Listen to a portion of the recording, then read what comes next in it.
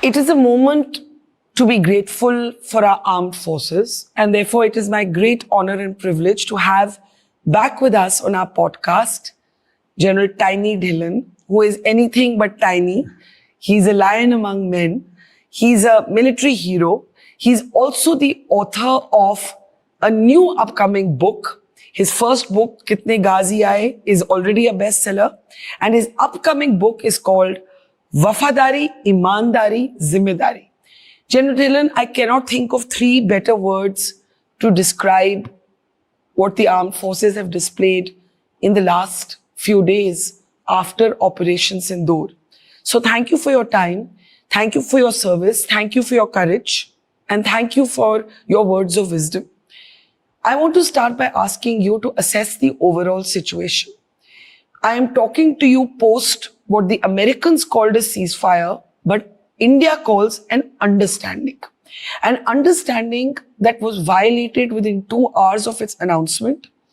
I was in Jammu और मैंने अपने सर के ऊपर से एक ड्रोन को intercept, literally I was sitting there और मेरे सर के ऊपर से एक ड्रोन, पाकिस्तान का ड्रोन इंटरसेप्ट होते हुए देखा. And of course, that very night, explosions were heard in Srinagar. In Udhampur, a drone intrusion was tried. I'm talking to you after the first quiet night at the line of control in the border. How do you assess the overall situation? Thank you, ma'am, and thank you for your time, and wishing all the very best to your viewers. Thank you, sir. Firstly, what happened in Pahalgam on 22nd April? It was, I will not call it a terrorist act, I will call it a cold-blooded murder. Mass murder of people in front of their wives, in front of their daughters, children, brothers, sisters, and parents. Yeah. The most heinous of crimes in humanity. Yeah. That was committed on 22nd April in Pahalgam, where our citizens were segregated on the basis of religion. That's right. And shot in cold blood in front of their loved ones. Yeah. That was very sad. And when the terror act was committed, then India vowed that we will take a revenge, or we will, sort of carry out an action to take out those who have carried out this terrorist act. And if I can go back in the history, when 9/11 happened, Osama bin Laden and his group was responsible for 9/11, and Americans took him out from Abbottabad. Yeah. And they came in, they took him out from the Abbottabad in Pakistan, and that was not an act of war. That was an act to take revenge of what terrorists had done in their homeland. Similarly, what terrorists have done in Indian homeland, that is Pahalgam, we revenged by attacking only the terrorist bases, starting from Muzaffarabad, Kotli in Pakistan-occupied J&K, going right up to Bahawalpur in southern part of Pakistani Punjab. Then that included Murid K, Rai Wind, and right. That Chakamru and all. So total of 9 places were hit. And this was not an act of war. You are saying Operation Sindoor was not an act of similarly, war. When Americans, it was an act of retaliation. Act of retaliation. When Americans took out Osama bin Laden from Abbottabad, it was not an act of war. Right. It was a retaliation to what Osama did in USA on 9/11. Similarly, what Pakistani terrorists did in Pahalgam on 22nd April, retaliation happened on when Operation Sindoor was launched in the midnight. Now, that's why I'm saying this was not an act of war. An Indian declaration was very clear that we are taking out the terrorist bases. We are not hitting any military installation. We are not targeting any civilian area. So we are not even interested in escalation. So with all these terms of reference, in the military we call it terms of reference, that means these cannot be violated. India gave itself the terms of reference of not hitting a military installation, not hitting a civilian area, and not interested in escalation. But there afterwards, the onus was on Pakistan to take it to the war level or leave it there. But they took it to the war level. They took it to the war level. Any act when your ammunition or explosives or your projectiles or your platforms cross the international boundary with an intent to hit civilian areas or military targets, that's an act of war. So what Pakistan indulged after our Operation Sindoor was launched was an act of war against our civilians in Poonch, in Rajouri, in Jammu, and in other parts of India. That's right. As also our BSF elements. So then India retaliated, and then what happened is known to everyone. So overall situation now is, when sort of probed so much and carrying out so many casualties of our civilians, and finally when they were drones and the missiles were actually hitting our areas and they were being countered halfway, midway, then India carried out a massive retaliation, not massive, some sort of retaliation against their air bases. Yeah. And in which Pakistan suffered losses. And finally, when, as you said, that Americans call it a ceasefire, we call it understanding. But situation as of now is, there is a relative calm for last 24 hours. Today we are talking on 12th of May in the afternoon. Yeah. But Operation Sindoor has not been called off. Can you explain that? What does it mean? Yesterday and today, the military has made it clear that Operation Sindoor is still ongoing. Operation Sindoor is our defense forces and our nation do things to protect our interests. So we started something called Operation Sindoor. Now, in case our interests are jeopardized, in case our defense forces are hit, in case our civilians are hit, we reserve the right to retaliate or act in any manner which we deem fit till the time Operation Sindoor is on. And that does not include only the military options. Yeah. That includes all the options which the nation has, which any nation can have. It may be political, military, economic, diplomatic, or whatever. So till Operation Sindoor is on, India has all the rights and the options to act in the best interest of the state. Let's talk a little bit about the air bases, because now we have some on-record details. In fact, at the last military briefing, a video was shown of the Noor Khan base. A video was shown of the damaged strip of the Rahim Yar Khan base. And India has really shown capacity by doing this. What is the significance of being able to target with such precision the air bases inside Pakistan? And do you think that was the turning point that suddenly Pakistan wanted a halt in the military hostilities? Through your channel, I must inform the audience, especially the Indian audience, the point which you touched, Indian military capabilities. Their precision capability to strike at will at the target which they choose, in spite of the defensive measures, including the air defense, the aerial defense and the ground defense by the enemy. Whereas the enemy tried the same thing on our side, but it failed miserably because of our complete aerial defense. So this is a capability which India has. And when India could strike at will, and this time Pakistan could not hide the damage, because the damage was already on social media through the local public with their mobile camera recordings. So when we could strike at some of the very sensitive air bases like Sargodha and all, and the areas around Sargodha, we all know what rests there. But point is, we have the capability to strike at will at the place of our own choosing with the weapon of our own choosing, in spite of complete defense in place by Pakistan. So that is the military capability India has. Now, when that was demonstrated, and I don't want to go into that. There is a Chinese weapon system that side, there are Russian weapon systems and Indian homemade weapon system this side. The world is now watching their trials in actual conflict. Yeah. And who is the winner? We all know it. Our weapon systems of Russian origin and of Indian origin, on Indian made and joint venture made, they had the complete dominance of space and ground, and they did not allow any of the enemy projectiles to hit any of our targets. Whereas same side, other side cannot be said. So there was a lot of, rumbling in the world. That's a very important distinction, because India was able to hit the air bases of Pakistan, and Pakistan tried but was not able to breach India's air defense. And it was said at the latest military briefing that all of India's military bases are operational and ready for the next mission. But, General Saab, India's military armed forces have long prepared and war-gamed for a two-front or a two-and-a-half-front conflict or war. In this situation, we did not see in the literal way a two-front war, but it is widely known that China has rhetorically backed Pakistan, and China has also supplied weaponry to Pakistan along with Turkey. To that extent, were our armed forces fighting not just Pakistan, but Pakistan getting some sort of, वो कहते हैं ना कि कंधे पे हाथ रखा हुआ चाइना का. Absolutely, ma'am. Pakistan's home defense industrial complex hardly produces anything. Even the heavy vehicle factory at Taxila, which is supposed to be producing the tanks and all, has got a lot of components coming in from China and other countries. Not going there.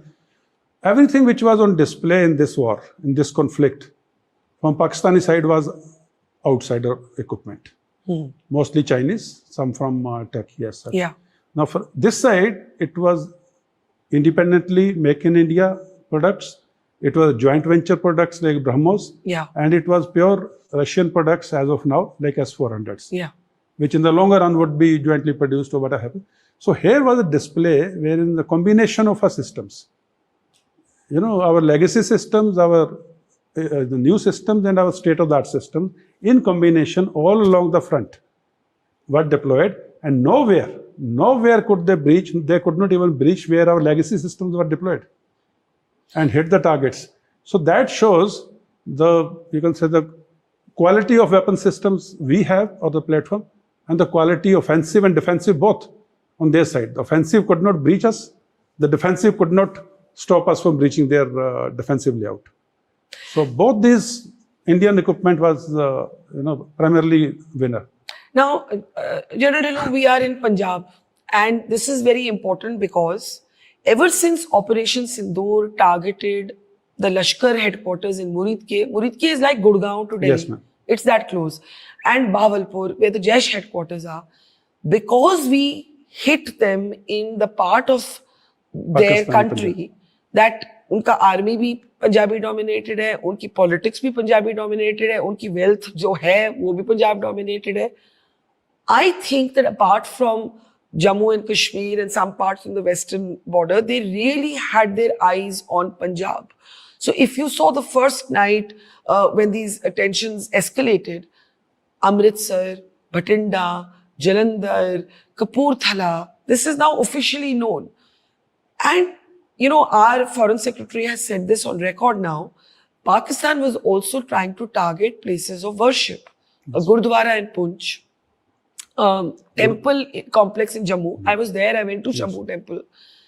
And sir, the very fact that they targeted Amritsar, I was speaking to a resident of Amritsar, and he said, हमने सोचा था कि जब इन्होंने visa जब cancel किए, Sikh pilgrims को छोड़ दिया, अमृतसर को नहीं करेंगे. अमृतसर इज हमारे लिए हमारा Vatican.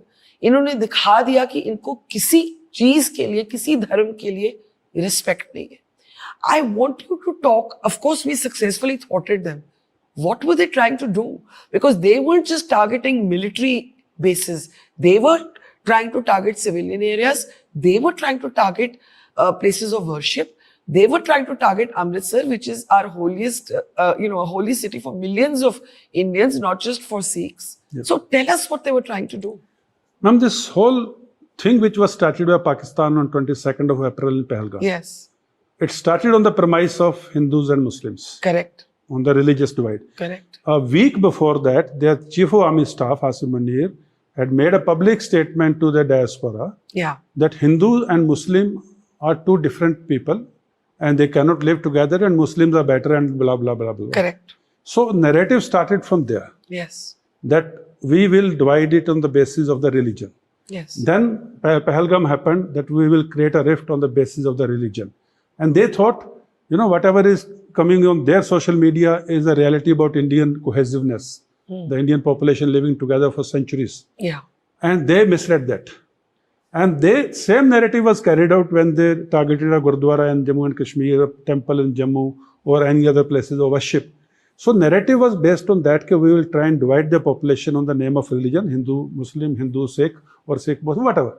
But when that failed, not even a voice was raised, not even a slogan was raised on the basis of religion. And when they started getting hit, then they shifted their focus to the places where Indian military and air force bases are. Amritsar is a big army cantonment and big air force base. Pathankot, big army cantonment, big air force base. Bhatinda, big army cantonment, big air force base. Similarly, you keep going down south. And then they did not bother कि कौन हिंदू है, कौन मुसलमान है, कौन सिख है. Then everything was for the nation of theirs. Yeah. And वो तो वो country है जिसमें वो अपने प्रधानमंत्री को भी till the time he is in chair, the moment he is removed. I'm using the word removed. Correct. And when he is removed, he is either in jail or abroad. So for them, there is no love lost for anyone.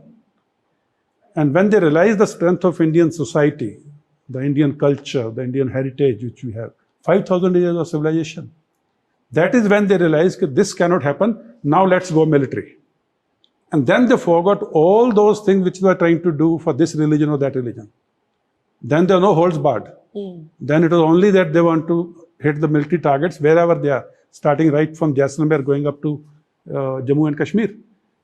So for that country, and this narrative started with Asim Muni's speech, Pahalgam, and initial 2 days of this conflict which happened. But there afterwards, they realized it cannot succeed. And, we were told now that Pakistan was trying to attack India with waves of drones. 300 to 400 drones, one night at 36 locations, another night at 26 locations. And even after the ceasefire or understanding, whatever you want to call it, 2 hours of that, a lot of Aam Janta may ask, Tiny Dhillon sir, how can we trust Pakistan? We can't trust Pakistan. And they showed that by sending in their drones 2 hours after that ceasefire. So how do we manage the situation now? Absolutely. This country cannot be trusted. Their military cannot be trusted. And it is not that this time. Every time in the history, they have dished. Every time we have reached an agreement or understanding or mutual trust, mutual faith, every time they have gone back from that. Now, talking about the waves of drones, this psyching of the public in the world about the waves of drones or swarms of drones started about 5-10 years ago. Really? Including with the Beijing Olympics. Acha. The display of drones for doing all types of things in the sky, and then it was used against Russia also, and then in the Ukraine war. But this time, they actually wanted to test it against live enemy. And if they were successful, China would have gone back to the bank happy. Because everyone in the world would have bought these systems. Right. But the way they got defeated, their narrative fell flat. And the way Indian defense, especially the air defense, which I said included all types of systems, right, straight from our legacy systems, right up to the state of art. And now, these people will go to the bank happy. Because there are countries who just buy weapon systems to protect even if they don't have enemies. So this war was being fought at different levels. Or this conflict, if I can say that. Were we in a way also fighting China? Yeah, it was Chinese and Russian equipment and Chinese and Indian equipment at front of each other. Odds with each other, yeah. Odds with each other. And everyone knows who won. It is there for the world to see by satellite imagery also. Okay, whose air bases are down and whose air bases are operative. There's been another thing about ethical enemy or not ethical. Yes. An enemy which can use a civilian airliner. Yes. During the wartime as a human shield. Now, what do you call that enemy? So, a lot of people may not know this, but you should explain this, that Pakistan did not close its civilian airspace, even though it knew that there was this battle in the skies taking place. So it actually deliberately endangered maybe even its own people, maybe even its own citizens by not shutting the airspace, even though it knew that the Indian retaliation was coming.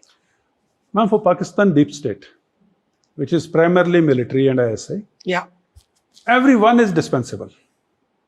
Everyone is dispensable, everyone is disposable.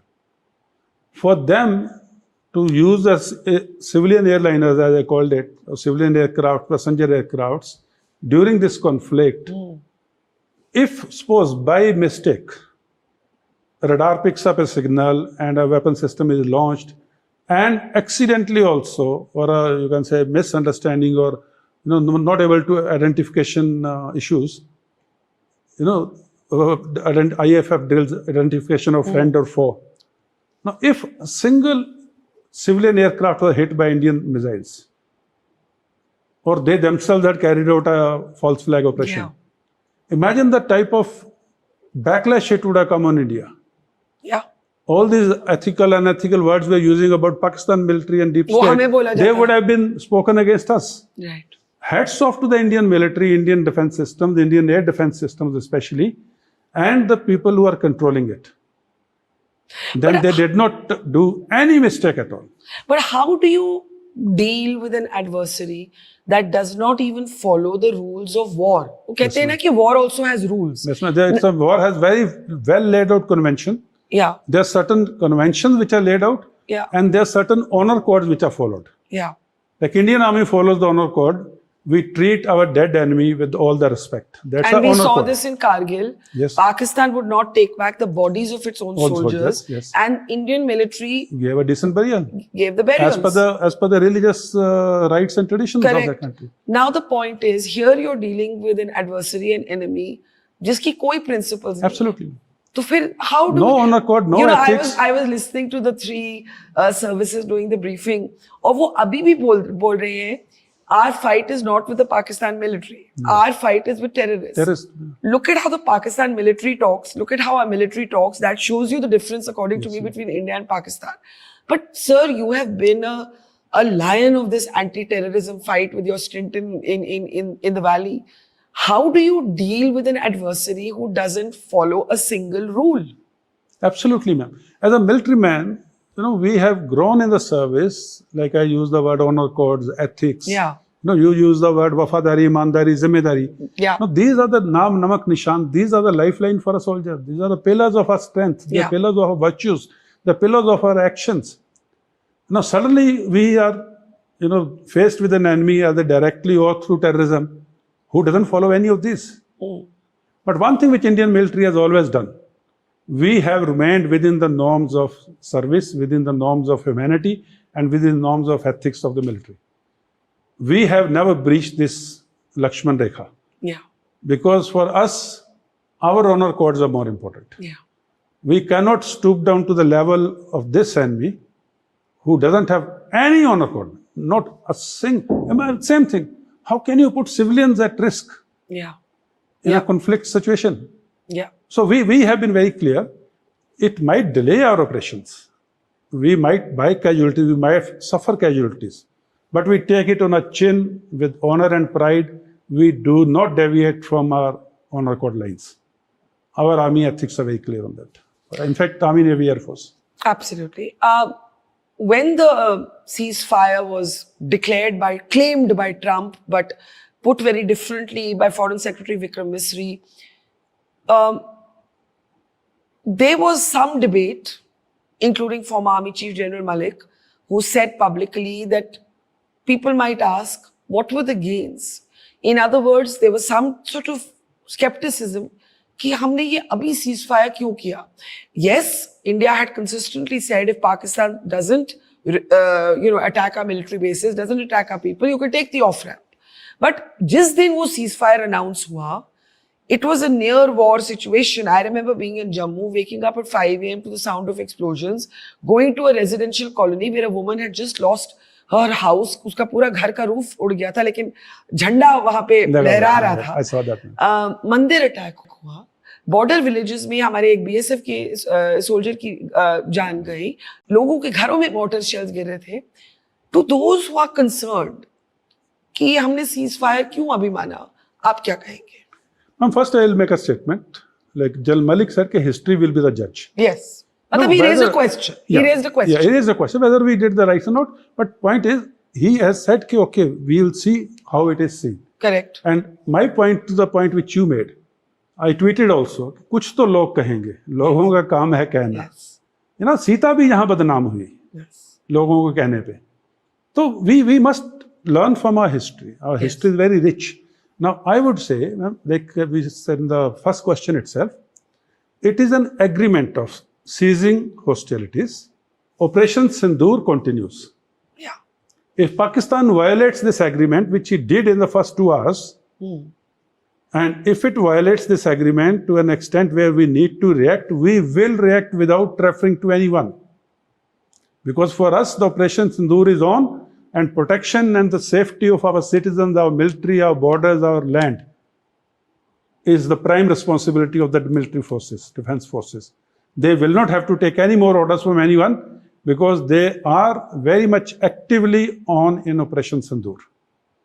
So we have not closed Operation Sindoor or said, okay, Operation Sindoor is over. आपने ये जो बात कही कि कुछ तो लोग कहेंगे, ये बहुत जरूरी बात है because moments after this agreement was announced, Foreign Secretary Vikram Mistri had to receive a barrage of abuse on social media and everybody has now come out to condemn it. But he had to lock his account. उनकी बेटी के बारे में, अनाप शनाप कहा जा रहा था. So this is very disturbing. One of the great things about our country is how united we have stayed. Everybody has buried all their differences and we don't know who is driving this agenda, but it needs to be shut down. Absolutely. Ma'am, coming down to a civil servant who is doing his job, or for that matter, a military officer who is doing his job, is one thing. Now, coming down to the children and the daughter, ma'am, हम तो वो लोग हैं जो धरती को भी, मिट्टी को भी माँ बोलते हैं. धरती माता. हमारे तो देवी देवता, देवी पहले आता है, देवता बाद में आता है. बिल्कुल. That is the type of society we are, the type of respect we have for our women folk. Mother, sister, daughter. Even in Islam, when you do a good deed, serve the mother, then serve the mother, then serve the mother, and then serve the father. Ma'am इतना महत्व है सब continent में lady का. And now some trolls, stupid people without knowing our history, our culture, our tradition, our ethics, our human values, you're going after someone's daughter. I only say, मतलब कुछ तो लोग कहेंगे is one thing. ये तो लोग हैं ही नहीं मैम, ये तो दरिंदे हैं. They have no value, they have no human value. इनके घर में भी माँ है, बहन है, बेटी है. Now, those who cannot respect someone else's daughter, sister, or mother, I'm very sure they have no respect for their own daughter, sister, or mother. Thank you for saying it so passionately and unequivocally. To come back to the escalatory ladder, and you made a very important point. You said Operation Sindoor abhi khatam nahi hua, and we also know now that army commanders have full freedom. PM chaired a meeting yesterday, today. On the ground, commanders will make their own responses to localized challenges. If I were to take it back to Uri में जो terror attack हुआ, surgical strikes हुई, पुलवामा में जो terror attack हुआ, बालाकोट हुआ, पहलगाम में हुआ, सिंदूर हुआ, then Pakistan actually tried to escalate it to a point of war and फिर बैठ गए when they saw how India had responded fiercely. But Pakistan will not give up on terrorism. We should understand this. It is just ingrained in their states. I don't know what to call it, psychology. So, sir, how do we manage our security doctrine when your adversary has, as we've said, no ethics, and वो सामने आके भी नहीं लड़ता, वो proxies को भेजता है? How is that security doctrine shifted? Something very important happened this time. When we struck against the terror camps or the terror bases or the headquarters, certain terrorists died. And in their funeral, there was army, general rank officers, there were police, there were civilians, and there were other civil strata. That means Pakistani military, Pakistani police, Pakistan government, Pakistan state, and terrorists are one. And here onwards, we will treat them as one. Every terror act is carried out by Pakistan military, Pakistan state, Pakistan government. And we reserve the right to retaliate against Pakistan state, Pakistan military, Pakistan government, or terrorist camps. This time what happened was, as compared to Uri and Balakot, Uri was a single service army option executed. Balakot was a single service Air Force option executed. This time it was a multi-service, that is Army, Navy, Air Force, as also the diplomatic initiatives of Indus Water Treaty, scaling down the embassies, the visa rules, and pulling back the defense attaches, and the economic options, political options, diplomatic options. So this time it was a whole of nation approach. That time it was a single service approach or option with whole of nation backing you. This time it was a whole of nation approach with all arms of the government, all arms of the nation, military and the diplomatic and everything, part of it, and the retaliation was that. But there was one difference. We had laid down terms of reference for ourselves. For the benefit of your viewers, term of reference is a military terminology. That means if my senior commander gives me a task, and then he says, Tiny, these 3 are terms of reference. Nothing to happen before 6 in the morning, everything to close down by 6 in the evening, and something. So these 2 terms of reference, nothing before 6 in the morning, nothing after 6 in the evening, are Lakshman Rekhas for me. They are the binding lines for me. They are the guiding. I can't breach these terms of reference. This time we had given the terms of reference to ourselves when we started Operation Sindoor. No military installation to be targeted, no civilian area to be targeted, no escalation. Okay. So from our side, our retaliation was very clear. It was against terrorist targets. Similar to what America did to Osama bin Laden in Abbottabad. Right. And our terms of reference were declared terms of reference.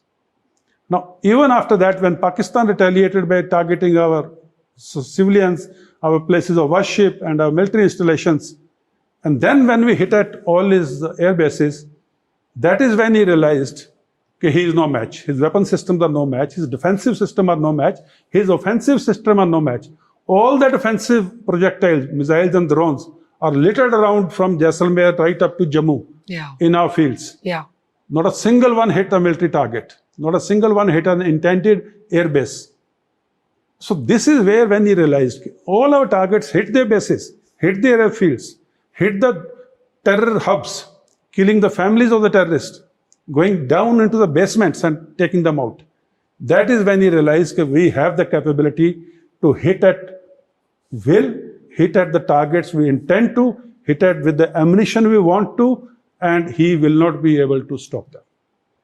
When the military might comparison was clear to him, that is when he came down to this, his DGMO called up first.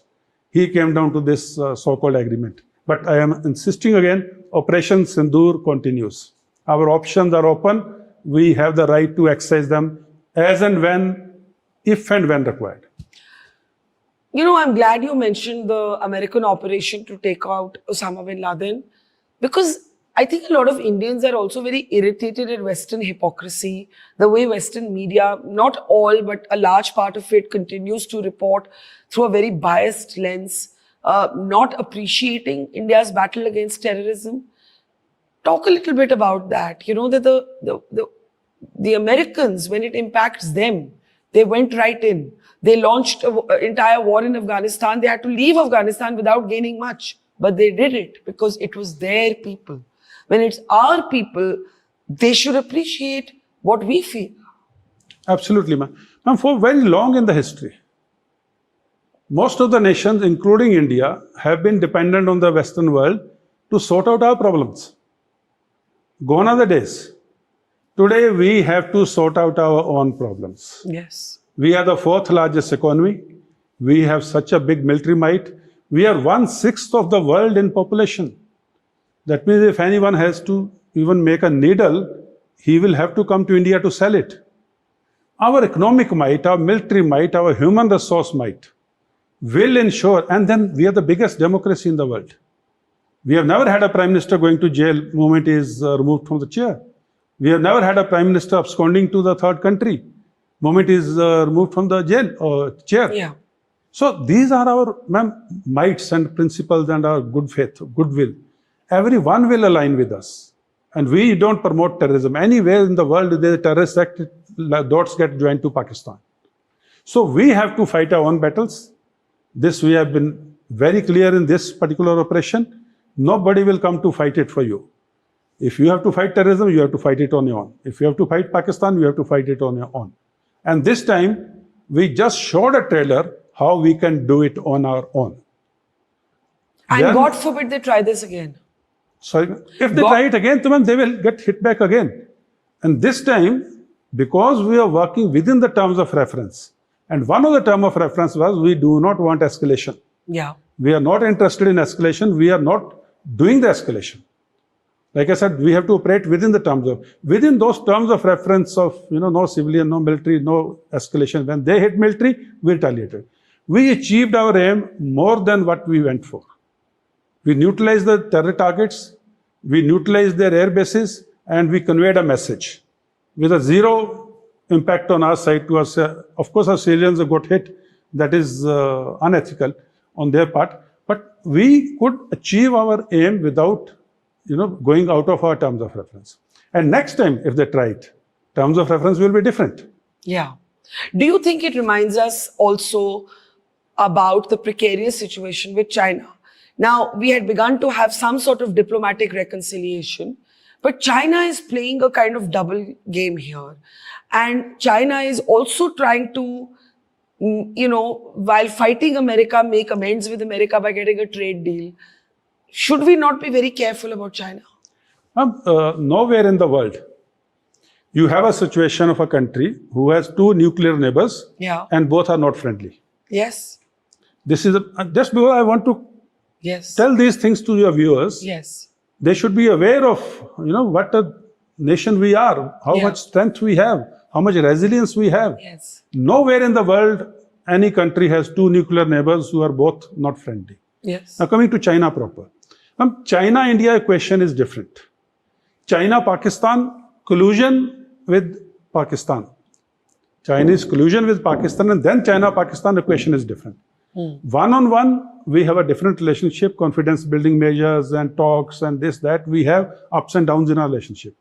But when China is colluding with Pakistan and Pakistan is fighting us, actually when China is like that Shahukar, जिसका ना पैसा फंसा हुआ है, उसने that China-Pakistan economic corridor, CPEC, Gwadar port, वो बेचारा पैसा लगा के बैठा हुआ, लोन दे के बैठा हुआ, पैसा वापस नहीं आ रहा है. Now, he can't let Pakistan die down. उसका पैसा डूब जाएगा. Correct. So he has to keep Pakistan afloat for his economic interests. The complete CPEC, the Gwadar port, his entry in the Arabian Sea, the warm waters of Indian Ocean, is through this line. So he has economic, business interest and long-term strategic interests. So he's stuck. Yeah. But General Dhillon, you said that look at us, we have two nuclear sort of powered nations, armed nations that are hostile to us in different ways. Yet we have a no first use doctrine because that is the country we are. In this period, some people have argued that we should make it clear that we can review this at will, or we should review it at will. What do you think about this? Good you asked this question. Thank you for that. And I'll just take 30 seconds to explain what is the nuclear doctrine. Yes, please. So that most of the viewers will know, but some may not know. India has a declared nuclear doctrine. Yes. And it is self-imposing.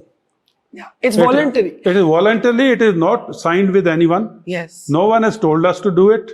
And we are not part of any treaty or agreement or with the neighbor or anyone. Correct. It is a self-imposed doctrine voluntarily.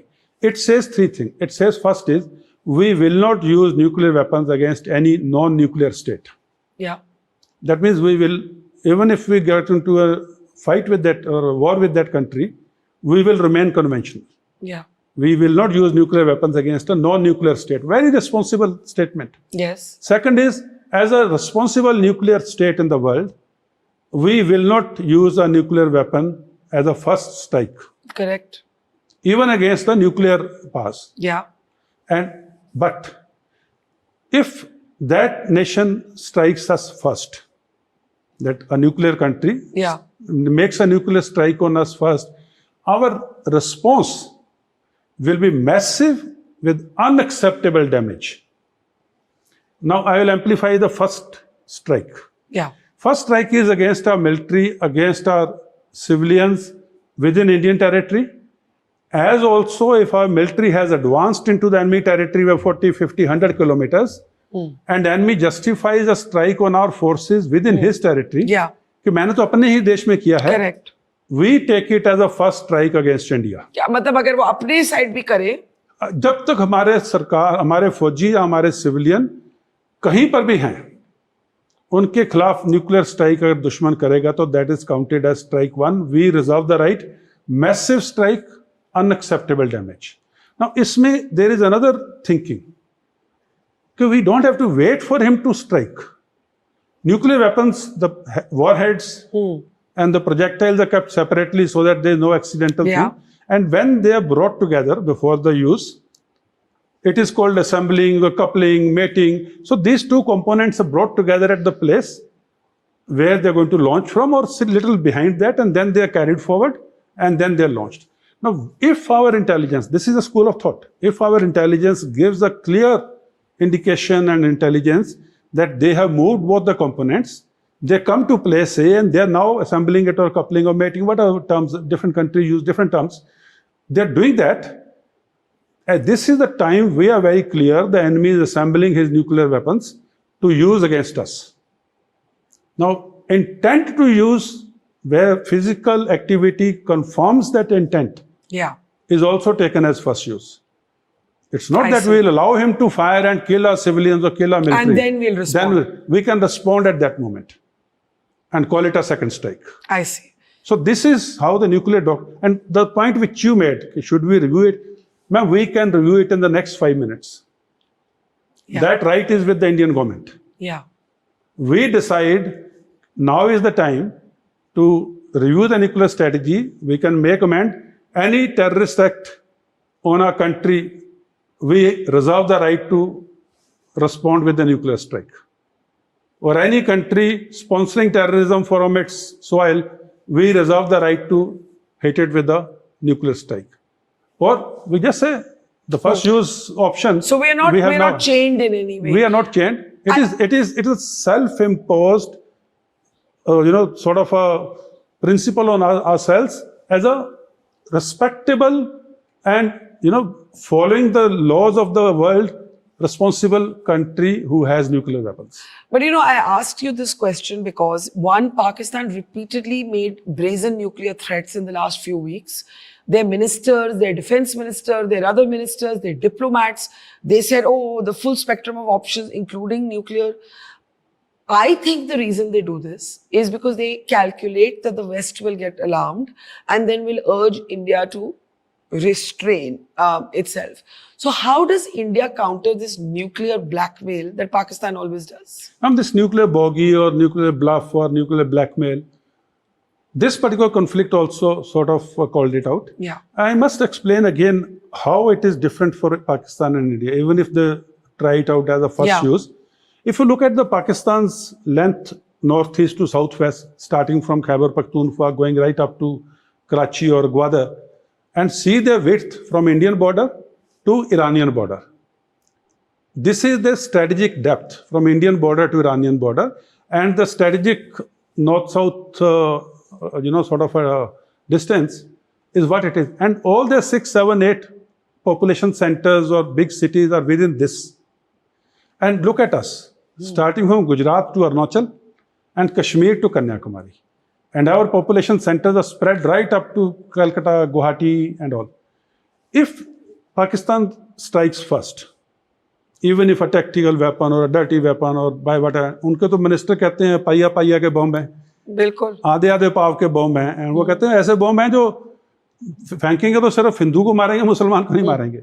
So this is the IQ of the ministers, not going into that. So this is our depth. Now, even if Pakistan hits first use, and our policy of massive strike and unacceptable damage, imagine they don't have the strategic depth to absorb our second strike, which is going to be massive. They will be decimated. This they also know, the world also knows, and we have declared policy. That's why the bluff is called moment our nuclear doctrine is public. Right. We can absorb, we will suffer casualties, I agree on that. We will suffer casualties wherever that nuclear bomb is dropped. And second is we do not differentiate the first use from the quality of the bomb or the impact of the bomb or intensity of the bomb. कि नहीं ये तो छोटा सा था. No, it's the first use. We reserve the right of massive strike, unacceptable damage. In the end, General Dhillon, I want to take you back to your time in the valley, which you have captured so beautifully in your first book, Kitne Ghazi Aaye. You also have shown very much the human side of the Indian Fauj. Because I remember in our last conversation, you said that one of the most satisfying things for you was that you would talk to mothers in the Kashmir Valley and you would tell them कि आप appeal करो अपने बेटों से put down the gun. Given what's happened in Pahalgam, how does the Indian army, how do generals like yourself retain your heart, your soft side? Ma'am, a military man, दिखने में लगता है 6.25 फुट, मूछें, चौड़ी छाती, chin up, weapon and authority, very piercing eyes. Yes. Inside, he's a very soft person. Yeah. Inside, he's a very humane person because he stays away from his family, away from his children. Yeah. And he sees life and death from very close. Yeah. So he's a very sensitive human being from within. And with that only, that initiative you are referring to, Operation Ma. Yeah. Ma'am, as a corps commander in Kashmir, with all the authority, with all the laws behind me, with all the power behind me, the gun in my and my Jawan's hands, it's very easy to kill. To kill a terrorist is not one big thing. जिसने gun उठाई है वो आज नहीं तो कल उसने मरना ही है. But to not kill and get that young boy back to his parents is something which the God can do, or a soldier with the peace initiative in combat zone can do. So we tried that initiative. Yeah. कि जान बचाना बड़ी बात है, जान लेना कोई बड़ी बात नहीं है. वो तो आज ना कल आ जाएगा किसी न किसी इनकाउंटर में. Yeah. So we experimented with peace with a gun in hand, and it succeeded. More than 50 young Kashmiri boys returned to their families, and they're living happily with them. So, point which we are at now, the Kashmir's peace, the infrastructure development, the economic development, education ki bahali, jisko bolte hain na, education restored. Yeah. The schools were closed for 280 days because of the Band and Hartal. You have covered Kashmir so extensively. No one knows it better than you. And today, when the children are going to school, they have a future. The banks are open, the flights are coming full, hotels are full, shikaras are full, houseboats are full, taxis are running 24/7. The guides are earning well, the hotel wala, dhaba wala, everyone is earning. So the boy who was being sent to go and throw stone for 500 rupees, and with every chance of getting killed as a stone pelter or tomorrow as a terrorist. Yeah. Today he's going out and driving a taxi and he's coming back with 2,000 rupees every evening. And he's coming back to his family, he's coming back to his wife, he's coming back to his children, he's coming back to his mother. So वो जो खुशहाली का दौर आ गया ना, बिल्कुल. Incident like Pahalgam cannot take it back. That is irreversible now. First time in the history of Kashmir, Kashmiri people have come out on streets to protest against the terrorism and in favor of India. And they have on record, on camera said it. Absolutely. It has never happened earlier. I agree, but I even met a man who वो रो रहा था. वो कह रहा था इन्होंने हमें खत्म, इन्होंने meaning पाकिस्तान ने हमें खत्म कर दिया है और हमारी इकोनॉमी को छोड़ो, ये जो हुआ ये दरिंदे थे, ये जानवर थे. But I want to ask you, are you concerned about the local terrorists who were involved in Pahalgam? And are you concerned that at an individual level, we still have to hunt down those terrorists, both the Pakistani terrorists who were involved and the local ones? Absolutely, ma'am. Ma'am, operation like Pahalgam, where a terrorist enters from line of control or maybe international boundary or through third country, investigations will tell. Now to home on to Baisaran Valley, it cannot happen without local support. Someone will receive him the moment he enters Indian territory. Someone will give him shelter, food, logistics, clothing. Someone will guide him from that place on to Pahalgam. Someone will assist him in doing the reconnaissance. Someone will tell him where the security forces are, what is their reaction time, and then someone will help them escape from that point of view. And this help would be given at the threat of a gun or because they are sleeper cells? And there are terror sympathizers, they are overgrown workers, they are sleeper cells, and it can be also fear at the point of a gun, but that is very less chance because उसमें expose होने के chance ज़्यादा होता है. And those who say Kashmir में पूरा peace आ गया है, I will differ because the last 10%, the consolidation phase is going on, and it's the most tedious phase because terrorist numbers have come down.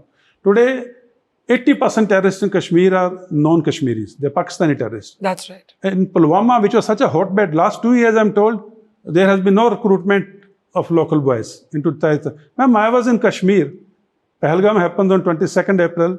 I was in Kashmir till 21st April. I took the 6:45 p.m. flight. And I was so happy to see everyone so happy there. Yeah. So much so, I wanted to go to Dal Lake.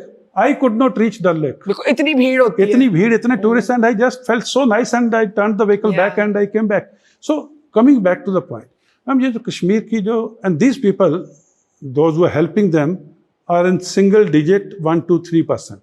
Yeah. That does not mean the balance 97%, 95% of society is bad. That's right. That society is the one which came on the roads against the terrorism. और ma'am इस piece को लाने के लिए, इस situation को लाने के लिए जितने सिक्योरिटी फोर्सेस वालों ने बलिदान दिए हैं, जितने सिविलियंस ने बलिदान दिए हैं, जितने कश्मीरियों ने बलिदान दिए हैं, they can not be allowed to go in vain. उनके जो सैक्रिफाइसेस हैं, they have to be taken into account to keep this peace process going, keep this economic khushhali going. And Kashmir is becoming integral part of India. It was always an integral part of India. But emotionally now emotionally, yeah, from the heart, dil se, jazbaat se, now they are very much integral part of India. And this is clear from the, not even 20% are local terrorists. In the total, about 80 odd terrorists who are present in the valley today. It's only the Pakistan who wants to keep Kashmir into the news, in the news. And another point, if Pakistan was such a Hamdard of Kashmiris, कि कश्मीरी की आज़ादी के लिए काम कर रहा है, कश्मीरी के लिए जिहाद कर रहा है, कश्मीरी के सुख दुख में उसके साथ खड़ा है, he is killing because he wants to help the Kashmiris. Yeah. Who got most worstly affected after Pahalgam? The Kashmiris. The गरीब कश्मीरी, जिसका ढाबा था, जिसका होटल था, जिसकी दुकान थी, जो ड्राई फ्रूट बेचता था, जो पोनी वाला था, जो सूमो वाला था, जिसका हाउस बोट, जिसका जो शिकारा था, जो शॉल बेच के अपने बेचारा नौकरी का जो जिंदगी बच्चे पाल रहा था, उसके पेट पे टांग मारी है. ये कोई जिहाद नहीं है, ये कोई कश्मीरी के साथ हमदर्दी नहीं है. Pakistan, like we discussed in the earlier questions, Pakistan has got no love lost to anyone. Yeah. It has got only its own agenda which it wants to drive. And like Asim Munir had said, Kashmir is a jugular vein.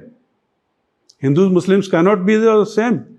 And these two things were visible in Pahalgam.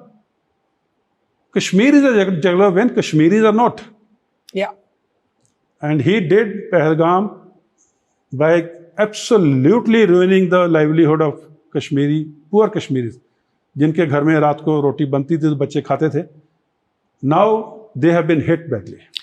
I want to say that the improved situation in Jammu and Kashmir is because of the service of people like you, men like you. So we salute you for your service. We salute you, General Dhillon, and all of the Indian Armed Forces. Thank you so much. Really, this nation owes all of you and men like you a debt. Thank you for talking to us, and Jai Hind. Thank you, ma'am, and I will accept this point as a head of our team security forces of that time.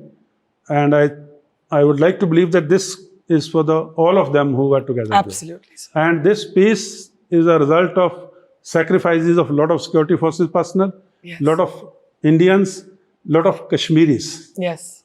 And they all combined together deserves all the accolades, all the, shabash for where Kashmir is today, from where it was. वो गाना नहीं है, लाए हैं मझधार से कश्ती निकाल के. बिल्कुल. So these are the people who have taken out the nav, kashti or boat from the middle of that tempest. So salute to those who laid down their lives for what Kashmir is today. Thank you, and Jai Hind. Jai Hind, sir. Thank you.